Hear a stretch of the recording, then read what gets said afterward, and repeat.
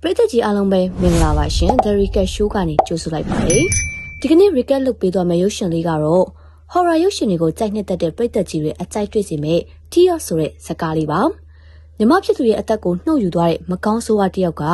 နောက်တစ်ခါသူတို့မိသားစုကိုဒုက္ခပေးဖို့အတွက်ပြန်ရောက်လာတဲ့အခါမှာတော့ကြုံတွေ့ရမယ့်စိတ်ချောက်ချားမှုတွေနဲ့အဲ့ဒီမကောင်းဆိုးဝါးကိုဘယ်လိုတွေနှိမ်နင်းသွားမလဲဆိုတာကိုစိတ်ဝင်စားနဲ့ကြည့်ရှုရမှာပဲဖြစ်ပါတယ်ဇလန်ကောင်းတွေကိုအမြဲတင်ဆက်ပေးသွားမှာဖြစ်တဲ့အတွက်ကြောင့်ကျမတို့ channel လေးကို like and subscribe လုပ်ထားဖို့လည်းမမေ့ပါနဲ့နော်ဇလန်အစမှာတော့1854ခုနှစ်ထိုင်းနိုင်ငံရဲ့ပြည်တွင်းတိုက်ပွဲတစ်ခုမှာဒဏ်ရာရနေတဲ့စစ်သားတွေဟာအသက်ဆက်ရှင်ဖို့အတွက်စကန်ရှိရာကိုပြန်လာနေကြတာပါစစ်သားတယောက်ကငါအသက်ဆက်မရှင်နိုင်ခဲ့ရင်တော့ငါမိမကိုငါအရန်ချစ်တဲ့အကြောင်းမင်းသွားပြောပြပါဆိုပြီးတော့ပြောနေချိန်မှာပဲရန်သူတွေရဲ့တနက်နဲ့ပြစ်တာကိုခံလိုက်ရပါတယ်ရန်သူတွေတိုက်ခိုက်တာခံလိုက်ရပြီးတဲ့နောက်တေလူဆဲဆဲဖြစ်နေတဲ့စစ်သားတယောက်အနားကိုတော့တရေမတယောက်ရောက်လာခဲ့ပြီးတော့မင်းအသက်ဆက်ရှင်ခြင်းသေးရဆိုရင်ငါမင်းကိုကူညီပေးနိုင်တယ်ဒါပေမဲ့မင်းလည်းငါ့ကိုကူညီပေးရမယ်ဆိုပြီးတော့ပြောလိုက်ပါတယ်ဒီလိုနဲ့ပဲစစ်သားဟာလည်းသဘောတူလိုက်တဲ့အခါမှာတော့တရေမကသူ့ပါဇက်ထဲကရှာကိုဖြတ်ထုတ်လိုက်ပြီးစစ်သားရဲ့ပါဇက်ထဲကိုထည့်ပေးလိုက်ပါတော့တယ်အဲဒီနောက်တရေမကအနားမှာရှိတဲ့ရန်သူစစ်သားတွေကိုတပ်ပေးလိုက်ပြီးတရေမရဲ့အကူအညီကြောင့်ဒဏ်ရာရနေတဲ့စစ်သားဟာလည်းအသက်ဆက်ရှင်ခဲ့ရတာပါဒီလိုနဲ့1985ခုနှစ်ကိုရောက်တဲ့အခါမှာတော့ရွာတရွာမှာတရေဝင်ပူနေတဲ့လူတယောက်အိမ်ကိုရက်နဲ့ SARS တို့ရောက်လာခဲ့ကြတာပါတရေကိုဒီတိုင်းလွတ်ထိုင်ရွာကိုဒုက္ခပေးမှဆိုးတဲ့အတွက်ရက်ကပရိတ်ရီကိုယူလိုက်ပြီးတော့သူ့လက်ကအဝတ်စပေါ်မှာဖြန်းလိုက်ပြီးတော့တရေကိုနှိမ်နှင်းဖို့ပြင်ဆင်လိုက်ပါတယ်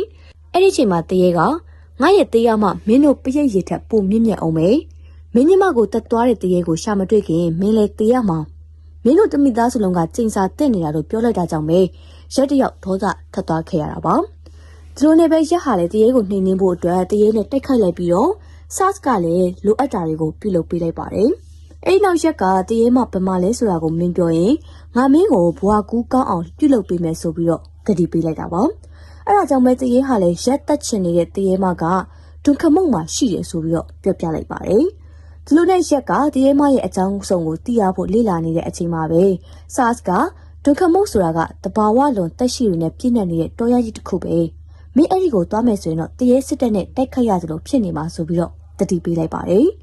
အဲ့ဒီခါမှာတော့ရက်ကစိတ်ချပါ SARS အဲ့ဒီတရေမကိုမတက်ရမချင်းကျွန်တော်မသိပါဘူးလို့ပြောလိုက်ပြီးတဲ့နောက် SARS နဲ့အတူတူဒုက္ခမုံကိုသွားဖို့အတွက်ပြင်ဆင်လိုက်ပါတော့တယ်နောက်တရက်ရောက်တဲ့အခါမှာတော့ရက်တို့ဒုက္ခမုံကိုခရီးထွက်လာခဲ့ကြပြီးတော့လမ်းတနေရာမှာကားဟာပြတ်သွားခဲ့တာပါအဲ့ဒီချိန်မှာပဲလူတယောက်လာခဲ့ပြီးတော့သူ့နာမည်ကတော့လူချိုင်လို့ခေါ်ကြောင်မိတ်ဆက်လိုက်ပြီးဒုက္ခမုတ်ကိုသွားမှဆိုရင်တော့သူနဲ့အတူတူသွားလို့ရတယ်ဆိုပြီးတော့ပြောလိုက်ပါတယ်အဲ့ဒီခါမှာတော့ရက်ကခမားကကျုပ်တို့ကိုခမားနဲ့အတူတူအမဲလိုက်ဖို့ခေါ်နေတာလားဆိုပြီးတော့မေးလိုက်တာပါလူချိုင်ကတော့ကျွန်တော်ကတရိတ်ဆန်တွေကိုအမဲလိုက်ဖို့ခေါ်နေတာမဟုတ်ဘူးကျုပ်ကဖူအန်တရေကိုအမဲလိုက်နေတာတစ်ချိန်လုံးကဖူအန်တရေကနေခန့်3ယောက်ကိုတတ်သွားတယ်ဆိုတာကိုခမားတို့ကြားဖို့မှာပေါ့လေအဲ့ဒီလူ3ယောက်ကကျုပ်ရဲ့အမျိုးတွေဖြစ်တယ်ဆိုပြီးတော့ပြောပြနေခဲ့တာပါအဲ့ဒီနောက်ရက်တို့လည်းလူချိုင်နဲ့တူတူဒုံခမုတ်ကိုထွက်လာခဲ့ကြပြီးတော့လူချိုင်ကနက်စရာဆမ်သူ့ရဲ့တူအကြီးကောင်ဂျီယာဆက်အငယ်ကောင်နာဝန်အထမ်းသမားခွန်တို့ကိုရက်တို့နဲ့မိတ်ဆက်ပေးလိုက်ပါတော့တယ်ဒီလိုနဲ့ပဲရက်တို့တွေဒုံခမုတ်တောကြီးတွေကိုရောက်လာခဲ့ကြပြီးတော့ကားနဲ့တွားလို့မရတာကြောင့်ပဲသူတို့တွေဟာလမ်းလျှောက်ပြီးတော့ခရီးဆက်လာခဲ့ကြတာပါတောတဲ့ထဲကိုမွေးခင်မှာပဲ SARS ကကြော်ပွဲပေးလိုက်ပြီးတော့ကျွန်တော်တို့ဒီကိုလာတာဟာ trace ဆန်တွေကိုတတ်ဖို့မဟုတ်ပါဘူးကျွန်တော်တို့လူတစ်ယောက်ကိုလာရှာတာပါကျွန်တော်တို့ရှာနေတာကိုတွေ့အောင်ကူညီပေးပါလို့ပြောလိုက်ပြီးဓာတ်ကိုမြေကြီးထဲစိုက်ချလိုက်ပါတယ်အဲဒီနောက် SARS လည်းစိုက်ထားတဲ့ဓာတ်ကိုပြန်ထုတ်တဲ့အခါမှာတော့ဓာတ်ကထုတ်မရဖြစ်နေခဲ့တာပါဓာတ်ကိုရက်ဆွဲထုတ်တဲ့အခါမှာတော့ဓာတ်ကထုတ်လို့ရသွားပြီးတော့သူတို့အားလုံးဟာလည်းဒီလိုနဲ့ပဲဒုံခမုတ်တောတွေကိုဝင်လာခဲ့ကြပါတယ်တောတွေကိုဝင်သွားတဲ့အခါမှာတော့ဓာတ်စိုက်ထားခဲ့တဲ့နေရာကမြေကြီးတွေဟာသူ့လိုလိုကိုနေရာပြန်ရွှေ့သွားခဲ့တာပါဒီလိုနဲ့တောနဲ့တနေရာကိုရောက်တဲ့အခါမှာတော့ဂျီယာဆက်ကကျွန်တော်တို့တရေကိုခေါ်ဖို့မန်နဲ့တခုခုများမရှိဘူးလားကျွန်တော်တို့လမ်းလျှောက်နေတာနိုင်နဲ့ချီကြာနေပြီဆိုပြီးတော့ဆန်ကိုပြောလိုက်ပါတယ်ဆန်ကလည်းငါတို့အဲ့လိုခေါ်လိုက်ရင်တောထဲမှာရှိနေတဲ့စာလောင်နေတဲ့တရေတွေအားလုံးကရောက်လာလိမ့်မယ်လို့ပြောနေတဲ့အချိန်မှာပဲသူတို့ရှိမှမွေးဟောက်ကြီးတစ်ကောင်ကိုမြင်လိုက်တာပါဆာ့စ်ကဒါကငါတို့ကိုတောထဲမသွားစေချင်လို့တားနေတာဖြစ်မယ်အဆောင်ရှောက်နှက်တွေကငါတို့ကိုတတိပေးနေတာလို့ပြောလိုက်တဲ့အချိန်မှာပဲဆမ်ကမွေးစုပ်ငါတို့ရှိကထွက်သွားစမ်းလို့ပြောလိုက်ပြီးတော့မွေကိုတတ်ဖို့လှုပ်တဲ့အချိန်မှာမွေပေါက်ခံလိုက်ရပါတယ်အဲဒီနောက်ဂျီယာဆက်ကမွေကိုတနက်နဲ့ပြစ်တက်လိုက်တာပါဆာ့စ်ကငါတို့ကဒီကိုဒရိတ်ဆန်နေတတ်ဖို့လာတာမဟုတ်ဘူးမင်းကတော့စီးဖောက်လိုက်တာပဲတ တောဆောင်တဲ့တွေကငါတို့ကိုအသက်ရှင်ခွင့်ပေးတော့မှာမဟုတ်ဘူးဆိုပြီးတော့ဂျီရာဆက်ကိုအော်ပြောလိုက်ပါတယ်။အဲဒီနောက်ရက်တို့ကလူချိုင်တို့နဲ့လမ်းခွဲပြီးတော့သူတို့ပါသူတို့တောထဲသွားဖို့လုပ်နေတဲ့အချိန်မှာပဲလူချိုင်ကသူတို့ကိုပါခေါ်သွားဖို့တောင်းဆိုလိုက်တာပါ။အဲဒီခါမှာတော့ရက်ကခမရဲ့တူတွေကပြဿနာကောင်းနေသူတို့တွေနောက်ထပ်ပြဿနာမရှာဘူးလို့ခမအာမခံနိုင်လားဆိုပြီးတော့မေးလိုက်ပါတယ်။ဒီလိုနဲ့ပဲရဲ့စကားကြောင့်ဂျီရာဆက်ကလည်းမင်းဘာဖြစ်ချင်နေရလဲမင်းကိုမင်းဆရာကြီးထင်နေရလားမင်းရက်တော်နေရင်ဘာလို့မင်းညမကိုတရေတက်သွားတာခံလိုက်ရလဲလို့ပြောလိုက်တာကြောင့်ပဲရက်ဟာလည်းဒေါသထွက်သွားခဲ့ပြီးတော့ဂျီယာဆက်ကိုတိုက်ခိုက်လိုက်ပါတယ်။ဂျီယာဆက်လမ်းကျသွားတဲ့အခါမှာတော့တနက်နဲ့ချိန်လိုက်ပြီးတော့ငါညမသေးတာကိုနောက်ဆရာလို့ထင်နေရလားလို့မေးလိုက်ပါတယ်။ဒါပေမဲ့လည်းလူချိုင်မျက်နှာကြောင့်ရက်ဟာဂျီယာဆက်ကိုခွင့်လွှတ်ပေးလိုက်ပြီးတော့သူတို့တွေဟာတောထဲကိုခရီးဆက်လာခဲ့ကြတာပါ။တောထဲတနေရာကိုရောက်တဲ့အခါမှာတော့တောထဲကထူးဆန်းတဲ့စကားသံတွေကိုကြားနေရတာကြောင့်ပဲရက်ကသူတို့တွေရောက်လာပြီလားလို့ SARS ကိုမေးလိုက်ပါတယ်။ SARS ကဒါဟာသူတို့တွေကငါတို့ကိုနေပတ်ကြီးစမ်းတက်နေကြတာ။ညကြရင်တခြားပေါက်ပညာပြတော့မယ်။အားလုံးဂရုစိုက်ကြပါလို့တတိပေးလိုက်တဲ့အချိန်မှာပဲရက်အနောက်မှာရှိတဲ့တစ်ပင်ကနေလူသေးတယောက်ပြုတ်ကျလာခဲ့ပြီး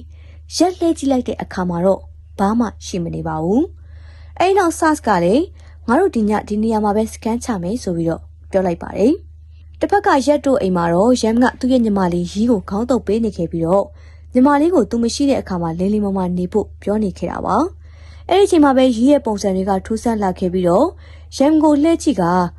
နင်ငါစီကနေလွတ်မယ်ထင်နေတာလားလို့ပြောလိုက်ပြီးတော့သူ့ပါဇက်ထဲကသွားကိုနှုတ်လိုက်ပြီးတော့ငါကဒီမာလေးဆိုပြီးပြောလိုက်ပါတော့တယ်။အဲ့ဒါကြောင့်ရမ်လေးလန်သွားခဲ့ပြီးတော့အခန်းထဲကပြေးထွက်တဲ့အချိန်မှာပဲတရေမကသူ့ရှိကိုပြန်ရောက်လာပြီးတော့ရန်ရဲ့လေပင်ကိုညှစ်ထားခဲ့တာပါတကယ်တော့ဒါတွေဟာရန်စိတ်ထဲမှာဖြစ်နေကြတာဖြစ်ပြီးတော့လူကြီးတွေရောက်လာခဲ့တဲ့အခါမှာတော့ရန်ကိုတတိယအောင်ဝိုင်းလုပ်ပေးခဲ့ကြပါတော့တယ်တောထဲမှာတော့ရက်တို့ဟာတစ်ပင်ပေါ်မှာလင့်စင်ထိုးပြီးတော့စကန်ချနေကြတာပါအဲဒီနောက်လူချိုင်ကလည်းသူ့ရဲ့တူတွေကိုဘာဖြစ်ဖြစ်ဒီနေရာကနေမခွာချဖို့နဲ့ဒကမှုတော်ကြီးကစမ်းကြဲတဲ့ပရလောကသားတွေနဲ့ပြည့်နှက်နေတဲ့အကြောင်းတခုခုမြင်ရကြရတာပဲဖြစ်ဖြစ်ငြိမ်ငြိမ်ပဲနေဖို့သူတို့စီကိုမသွားရင်သူတို့လည်းဘာမှလုပ်လို့မရဘူးဆိုတာကိုတတိပေးလိုက်ပါတယ်။အဲ့ဒီအချိန်မှာပဲတောထဲမှာငှက်အော်တန်တွေဟာကျေလောင်စွာထွက်ပေါ်လာခဲ့ပြီးတော့ခဏကြာမှတော့လူတစ်ယောက်ကကျွန်တော်ကိုကေပါအောင်လို့အော်နေတာကိုသူတို့အားလုံးကြားလိုက်ရပါတော့တယ်။ဒီလိုနဲ့တစ်ပင်အပေါ်မှာရောက်နေတဲ့ဆမ်ကို SARS မြင်တွေ့လိုက်ပြီးတော့ရက်တို့ဟာလည်းတနက်နဲ့ချိန်လိုက်တာပါ။တစ်ပင်ပေါ်ရောက်နေတဲ့တရေကြောင့်ဂျီယာဆက်တယောက်ကြောက်လန့်လာပြီးတော့လက်စင်ပေါ်ကနေအောက်ကိုဆင်းသွားခဲ့ပါတယ်။ဒါကြောင့်ပဲရက်တို့လည်းဂျီယာဆက်ကိုတစ်ပင်ပေါ်ကိုပြန်တက်လာဖို့ပြောလိုက်ပါတယ်။ဒါပေမဲ့ကြောက်လန့်နေတဲ့ဂျီယာဆက်ကတော့တစ်ပင်ပေါ်ကိုပြန်တက်ဖို့လုံနေတော့မှပဲသူ့ရှိကိုတရေရောက်လာတာကြောင့်ပဲထိတ်လန့်သွားခဲ့တာပါ။အဲဒီနောက်ဂျီယာဆက်တယောက်လက်စင်ကိုကြည့်လိုက်တဲ့အခါမှာတော့အပေါ်မှာတရေထိုင်နေရကိုမြင်တွေ့လိုက်တာကြောင့်သွေးပြတ်သွားခဲ့ပြီးတော့တရေကိုတနက်နဲ့ပစ်လိုက်ပါတော့။တကယ်တော့အဲ့ဒါတွေကဂျီယာဆက်တယောက်ပဲ၆လန့်ခံနေရတာဖြစ်ပြီးတော့သူတနက်နဲ့ရှောက်ပြစ်နေတာကြောင့်ပဲခုံကိုတနက်ထိသွားခဲ့တာပါ။ဒါကြောင့်ရက်ကလည်းအားလုံးအောက်ကိုအမြန်ဆင်းကြဖို့တတိပေးလိုက်ပါတယ်။ဂျီယာဆက်တယောက်တောထဲကိုတနက်နဲ့ရှောက်ပြစ်နေခဲ့ပြီးတော့ခဏကြာမှတော့သူ့ရဲ့ခုတ်ပေါ်ကိုဆမ်မှရောက်လာခဲ့တာပါ။ဒါကြောင့်ဂျီယာဆက်လည်းဆမ်ကိုတနက်နဲ့ပစ်ဖို့လုပ်နေခဲ့ပြီးတော့တနက်ကိုပစ်လိုက်တဲ့အခါမှာတော့သူ့ခေါင်းကိုသူပစ်မိသွားပြီးတော့နေရာမှာနေခေါင်းပွင့်ပြီးတော့တေဆုံးသွားခဲ့ရပါတယ်။အဲဒီနောက်ခေါင်းမရှိတော့တဲ့ဂျီယာဆက်ရဲ့ခန္ဓာကိုယ်ကလည်းမွေးတကောင်လိုသွားပြီးတော့တောထဲကိုဝင်သွားခဲ့တာပါ။ဒါကိုမြင်လိုက်ရတဲ့အားလုံးကလည်းကြောက်လန့်သွားခဲ့ပြီးတော့ဒီအချိန်တွေကနေလွတ်ဖို့ဆိုရင်တော့စားကပဲမကောင်းဆိုးဝါးရဲ့လက်ထဲကနေကာကွယ်ပေးနိုင်မှာအဲ့ဒါကိုရှာနိုင်ရင်ဒီညအသက်ရှင်နိုင်မယ်ဆိုပြီးတော့ SARS ကပြောပြလိုက်ပါတယ်။ရက်တို့ကလည်းစားရှာဖို့အတွက်ပြင်ဆင်လိုက်ပြီးတော့အန်ရဲ့ကင်းအောင်ဖျားစာဆူလိုက်ကြပြီးအဲ့ဒီနောက်မှာတော့သူ့ရဲ့လက်ကိုပရိတ်ရည်ဖြန်းထားတဲ့အဝတ်စားနဲ့စီးလိုက်ပါတယ်။ဒီအချိန်မှာပဲသူတို့နောက်မှာတရားရနေတဲ့ခွန်ကိုတရေဝင်ထပ်ပူးသွားခဲ့ပြီးတော့မင်းတို့တွေအားလုံးဒီမှာတေးကြရမှာဘသူအရင်တေးခြင်းလဲမင်းလားဒါမှမဟုတ်မင်းလားဆိုပြီးတော့တယောက်ချင်းစီကိုလက်ညှိုးထိုးပြီးမေးလိုက်ပါတယ်။ရက်ဟာလည်းဒေါသထွက်သွားခဲ့ပြီးတော့ခွန်ကိုလက်သီးနဲ့ထိုးချလိုက်ပြီးမင်းကတရေတာဖြစ်နေတာတော်တော်စကားများတဲ့ကောင်ဆိုပြီးတော့ပြောလိုက်တာပါအဲဒီနောက်ခေါင်းမပါတော့တဲ့ဂျီယာဆက်ရဲ့ခန္ဓာကိုယ်ကရက်တို့စီကိုရောက်လာခဲ့ပြီးသူ့လက်ထဲကတနက်နဲ့ရက်တို့ကိုပစ်လိုက်ပါတယ်ရက်ဟာလည်းသူ့လက်ထဲကတနက်နဲ့ဂျီယာဆက်ကိုပြန်ပစ်လိုက်ပြီးတော့အဆုံးသတ်ပေးလိုက်တာပါဒါပေမဲ့လည်းသူတို့စီကိုတော့တောထဲမှာရှိတဲ့တရေတွေရောက်လာတာကြောင့်ပဲရက်တို့ဟာလည်းအဲ့ဒီနေရာကနေထွက်ပြေးကြရပါတော့တယ်ဒီလိုနဲ့ရက်တို့တွေစားပေါက်နေတဲ့မြေကိုတောထဲမှာလိုက်ရှာနေကြရပြီးတော့နာဝန်တယောက်လည်းပြေးလွှားနေရင်းနဲ့ရက်တို့နဲ့လူစုကွဲသွားခဲ့ကြတာပါလူစုကွဲသွားတဲ့နာဝန်လည်းရက်တို့ကိုအော်ခေါ်နေပေမဲ့ဘာတုံ့ပြန်မှုမှမရတာကြောင့်ပဲချီဦးတရထွက်ပြေးခဲ့ပေမဲ့လေသူတို့စခန်းချတဲ့နေရာကိုပဲပြန်ရောက်လာခဲ့ပါတယ်ဒါကြောင့်ပဲနာဝန်လည်းကြောက်လာခဲ့ပြီးတော့ အဲ့ဒီနေရာကနေထွက်ပြေးလာခဲ့ပြီးတနေရာအရောက်မှာတော့လက်တစ်ဖက်ကနာဝင်ကိုချော်လဲအောင်ပြုတ်လိုက်တာကြောင့်ပဲနာဝင်ဟာလဲကျသွားခဲ့ရတာပါနာဝင်လဲလျှို့မြောင်းတစ်ခုတည်းကိုရောက်သွားခဲ့ပြီးတော့သူ့ကိုတက်ချင်နေတဲ့မကောင်းဆိုးဝါးတွေအများအပြားကိုမြင်တွေ့လိုက်ပါတော့တယ်ဒီလိုနဲ့ကြောက်လန့်နေတဲ့နာဝင်လဲသူ့ကိုလှုပ်ပေးကြဖို့နဲ့သူဖုန်းကြီးဝစ်ပြီးရင်အလှူဒန်းလုပ်ပေးပါမယ်ဆိုပြီးလက်အုပ်ချပြီးတောင်းပန်နေတဲ့အချိန်မှာတော့မကောင်းဆိုးဝါးတွေကခန္ဓာကိုယ်နှစ်ပိုင်းဖြစ်အောင်ပြုတ်လုပ်လိုက်ပြီးတော့နာဝင်ကိုတပ်ပစ်လိုက်ကြတာပါရက်တို့ကလည်းစားပေါက်နေတဲ့မြေပေါ်ကိုရောက်သွားခဲ့ပြီးတော့အသက်ဆက်ရှင်ခဲ့ကြပါတယ်မနေ့ရောက်တဲ့အခါမှာတော့ရက်တို့လည်းခီးဆက်ခဲ့ကြပြီးတော့မကောင်းဆိုးဝါးတစ်ကောင်နေတဲ့နေရာကိုရောက်သွားခဲ့ပါတယ်အထက်ရောက်တဲ့အခါမှာတော့သူတို့ကိုတပ်ဖို့အတွက်အစီအရင်ပြုလုပ်ထားတာတွေကိုရက်တို့မြင်တွေ့လိုက်ရပြီးစလေငါဒီနားမှာဖူဟန်တရေကိုရှာမယ်လို့ပြောပြီးထွက်သွားခဲ့ပါတယ်ရက်တယောက်ရှောက်ကြည့်လိုက်ပြီးတော့အစီအရင်လှုပ်ထားတဲ့အယုတ်တစ်ခုကိုယူလိုက်ပြီးတော့ခြေထောက်နဲ့နင်းပြီးချက်စီလိုက်တာပါSARS ကလည်းအဲ့ဒီအနားမှာရှောက်ကြည့်နေခဲ့ပြီးတော့ရေအိုင်တစ်ခုအနားကိုရောက်တဲ့အခါမှာတော့ရေအိုင်ထိပ်ကနေလူတစ်ယောက်ထွက်လာခဲ့ပြီးတော့သူ့စီကိုလာနေတာကြောင့် SARS လည်းတနက်နဲ့ပစ်လိုက်ပါတယ်။တနက်တန်ကြောင့်ရက်တို့လည်းစရှိတဲ့နေရာကိုရောက်လာခဲ့ပြီးတော့ရက်လည်းအဲ့ဒီလူကိုတနက်နဲ့ချင်းကတရေမကိုမင်းပမာဖမ်းထားတယ်ဆိုတာကိုမေးလိုက်တာပါ။အဲ့ဒီခါမှာတော့သူကငါသူ့ကိုဖမ်းထားတာမဟုတ်ဘူးသူကငါ့ကိုဖမ်းထားတာငါဒီကနေထွက်ပြေးဖို့ကြိုးစားခဲ့တာနှစ်တရာရှိပြီငါတည်လို့မရဘူးဘာလို့လဲဆိုတော့တရေမရဲ့ရှာကငါးပိုက်ထေကိုရောက်နေတ